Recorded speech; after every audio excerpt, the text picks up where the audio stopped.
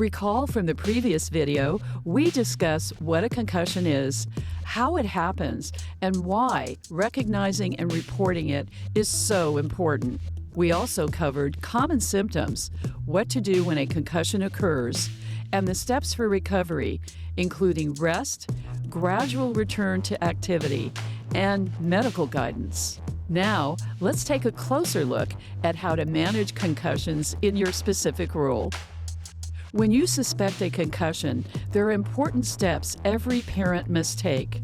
First, remove your child from play immediately to prevent further injury. Monitor their symptoms closely at home, especially during the first week. It's essential to have them evaluated by a healthcare professional who can guide their recovery. Inform their school and coaches so that they can provide the right support. Encourage proper sleep and nutrition, as both play a key role in healing. And finally, check in with your child regularly. Monitor how they're feeling throughout their recovery and as they gradually return to play. When my daughter had a concussion, we followed every step. Notifying her school helped ensure she got the academic support she needed.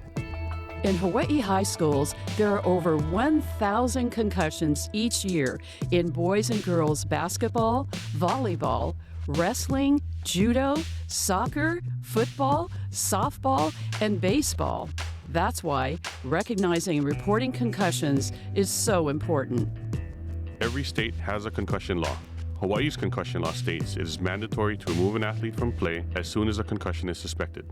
Concussed athletes are required to have a physician's clearance to begin participating in practice and play, and that annual concussion education awareness is mandatory for parents, coaches, sports officials, and school staff.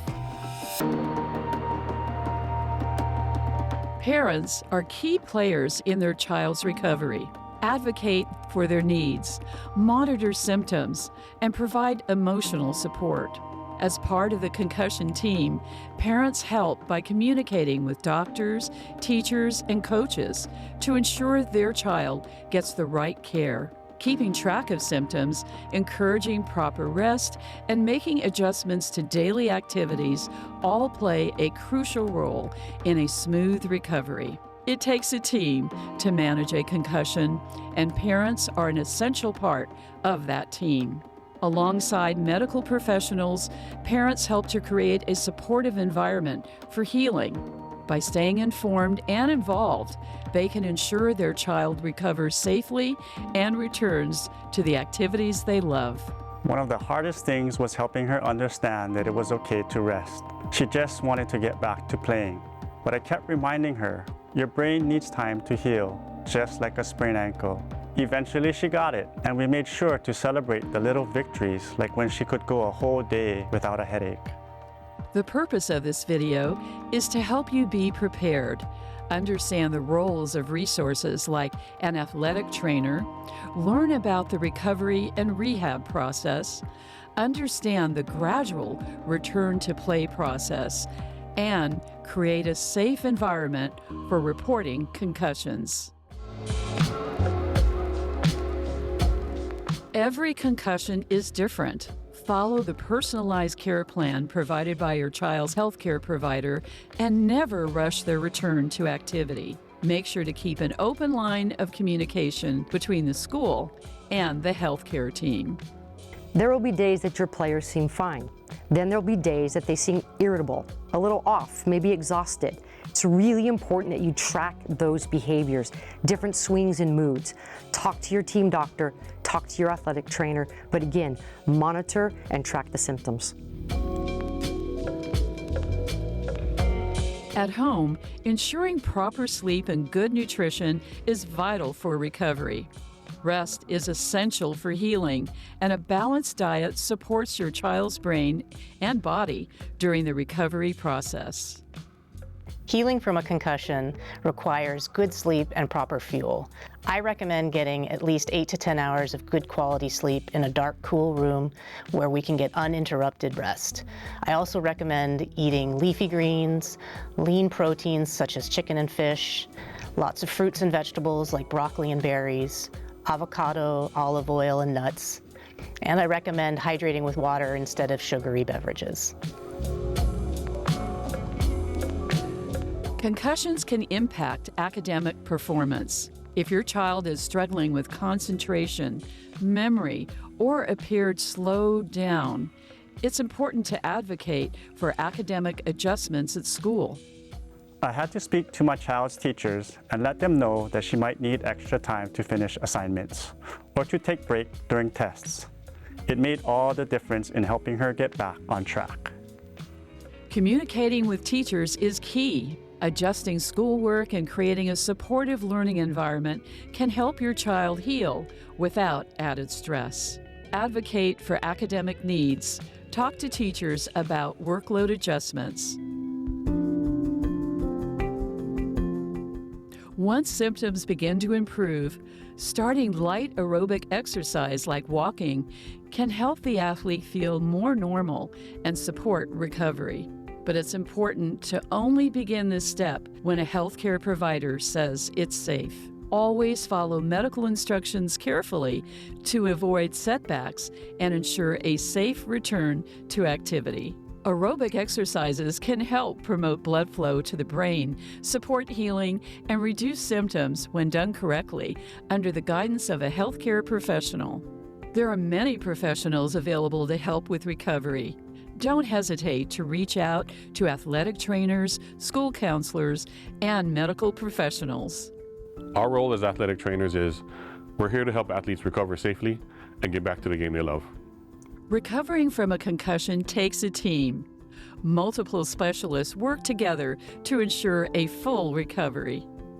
Because concussion is an injury to the brain, there are many systems that can be affected in your body. If you're not recovering within the first 7 to 10 days with all of the recommendations that were given for those first 72 hours, we may ask for our team of concussion specialists to help with different areas. For one, if your vestibular system or balance center is affected, or if you have a neck injury along with a concussion, we may have a physical therapist work with you to help that rehab portion. If you do have any visual deficits, as far as tracking or even looking at things from a distance and they get blurry when they come near to you, we may ask an optometrist to help you retrain that visual center. If there are any issues in school as far as learning, memory, being able to read or take notes, we may have a speech therapist help with a cognitive therapy. And finally, we expect that this can cause a lot of anxiety and sometimes even depression in our teens, and we can enroll a behavioral therapist to help with those symptoms. Each concussion can look very different, and even within the same athlete, 2 concussions can look very different, which is why it's important to have an individualized approach to recovery from a concussion and to employ our team approach of care to ensure that the recovery goes well. Our expectation is that if a concussion is managed well, that you are back to school and back to your full activities. With the right support, athletes can heal properly and return to play with confidence. Safe return to play is a process guided by medical professionals. Returning to school and play should be gradual. Make sure to follow the child's doctor's recommendations and only allow them to return when they're fully ready. Skipping steps can lead to long-term complications. Here's the step-by-step process to ensure a safe and effective recovery. There are 6 steps to this process, and each step is separated by 24 hours. Step 1. Light activity. The first step is light activity, like walking to class or stepping outside for some fresh air. Essentially, anything you would typically do in your daily routine. These activities should not worsen any symptoms. Step 2. Light aerobic exercise. Progress to light aerobic exercises like stationary cycling. These exercises should be low intensity and shouldn't provoke any symptoms. Gradually increasing the intensity while monitoring how the athlete feels will help gauge readiness for the next step. Step 3. Specific sports drills. Once the athlete is symptom-free during light aerobic exercises, they can begin sport-specific drills. These may include running, technical movements, or other exercises relevant to their sport while still avoiding contact or high-intensity activity. Before advancing to Step 4, the athlete must receive written medical clearance. Step 4.